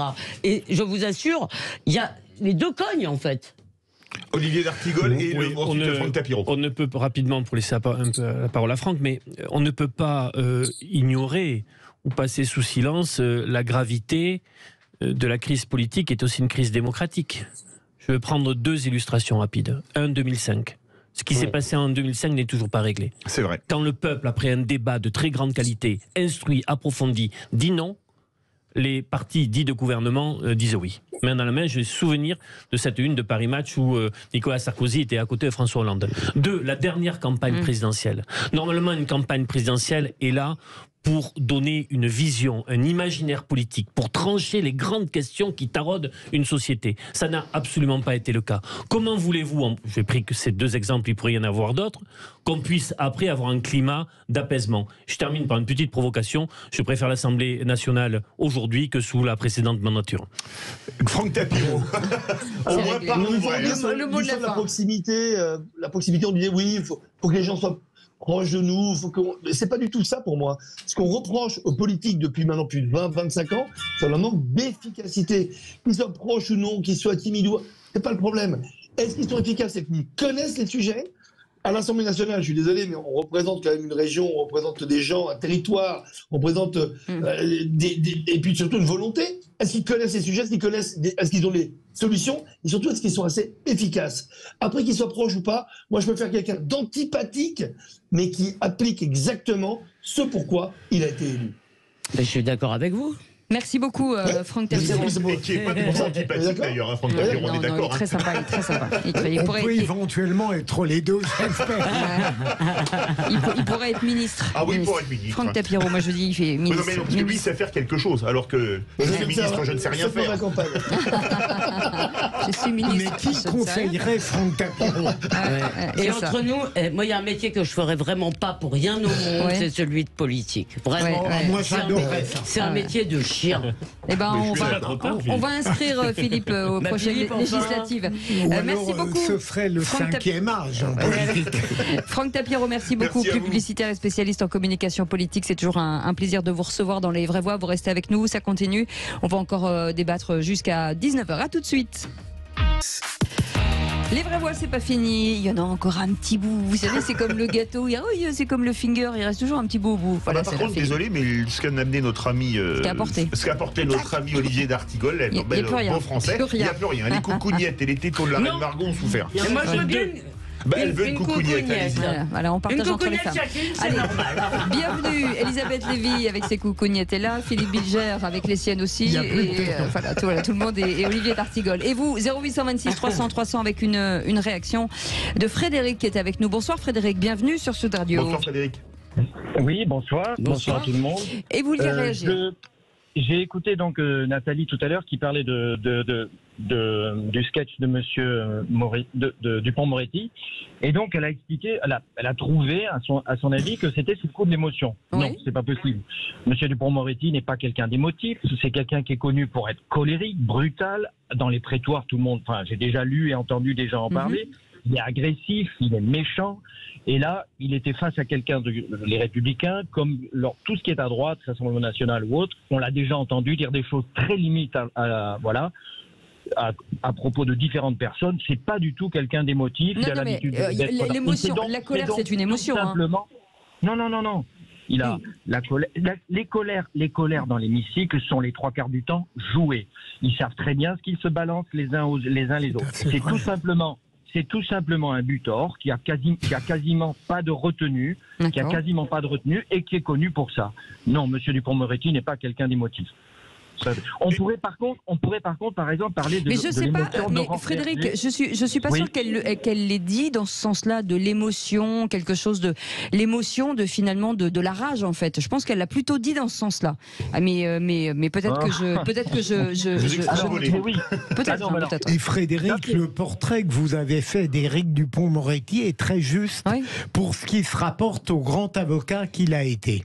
En revanche, je continue à penser qu'en tant que ministre, précisément à cause d'une forme d'inexpérience et d'événements qui ont peut-être bousculé sa sensibilité ces derniers mois, il peut avoir éprouvé de l'émotion, et on le voit tout simplement par la maladresse à plusieurs reprises de son argumentation hier. De mon point de vue, Frédéric. Oui, mais alors moi, j'ai pas du tout envie d'être gentil avec quelqu'un comme M. Dupond-Moretti. Je n'ai pas du tout envie de l'excuser. Je vous ai pas dit que j'avais envie de l'être. ça m'est complètement égal qu'il ait les moindres petits sentiments de rien du tout. C'est quelqu'un quand même qui n'est pas un bon garde des Sceaux, c'est quelqu'un qui a des a priori, c'est quelqu'un qui n'est pas droit dans ses bottes, non, on a vraiment pas de chance. On a Dupond-Moretti, Belloubet, Taubira. C'est vraiment dramatique. Alors là, Frédéric, oui. Alors non, mais moi je partage complètement. C'est-à-dire que reprocher à Éric Dupond-Moretti d'être un mauvais ministre de la Justice, je m'associe totalement. Par ailleurs, son côté butor, c'est tout à fait possible. Et c'est vrai que c'est comme ça qu'il est souvent présenté. Il ne ressemble pas comme ça quand il est cash. Il est cash. On aura un buteur ce soir. Mais néanmoins, ça ne veut pas dire que c'est pas un être humain. Et un être humain qui peut, comme l'a dit Philippe tout à l'heure, ne plus se maîtriser parce que effectivement, je pense que là, il éprouve, à tort ou à raison, un véritable sentiment d'injustice. Mais pour le reste, vous avez parfaitement raison. C'est quand même dingue pour un ministre de la Justice. Oui. C'est un très mauvais ministre de la Justice. Il n'est pas fait pour être ministre. En tout cas, merci beaucoup Frédéric de ce témoignage. Merci à vous. Le garde des Sceaux vient d'appeler, il vous embrasse. Voilà, il vous salue. Il vous remercie beaucoup pour cette jolie fleur que vous lui avez faite. Je suis pas rasé, ça va piquer. Ça fera 2 personnes qui piquent alors. Merci beaucoup Frédéric d'avoir appelé. Merci beaucoup de ce témoignage. Merci beaucoup Philippe Bilger. Merci beaucoup. La prochaine fois, je vous aurai une colère, donc. Oui. Comme à l'Assemblée. On demande à ça. Oui, non. Si on peut s'en passer. Olivier d'Artigol, merci beaucoup d'avoir été avec nous. Merci. Dans un instant, on va vous parler d'entrepreneuses avec Philippe David. C'est les vraies voix responsables, les entrepreneuses qui s'engagent vraiment, qui prennent à bras le corps des sujets hyper importants. Comme et on adore la santé ou la fin du gaspillage alimentaire qui est complètement folle en chiffres. 23 millions de repas sont gaspillés par jour entre les champs et les usines. Mais donnez-les-nous, on va les manger. Ah oui, on va faire, oui. Bien sûr, je crois beaucoup de gens qui... Allez, à tout de suite, restez avec nous.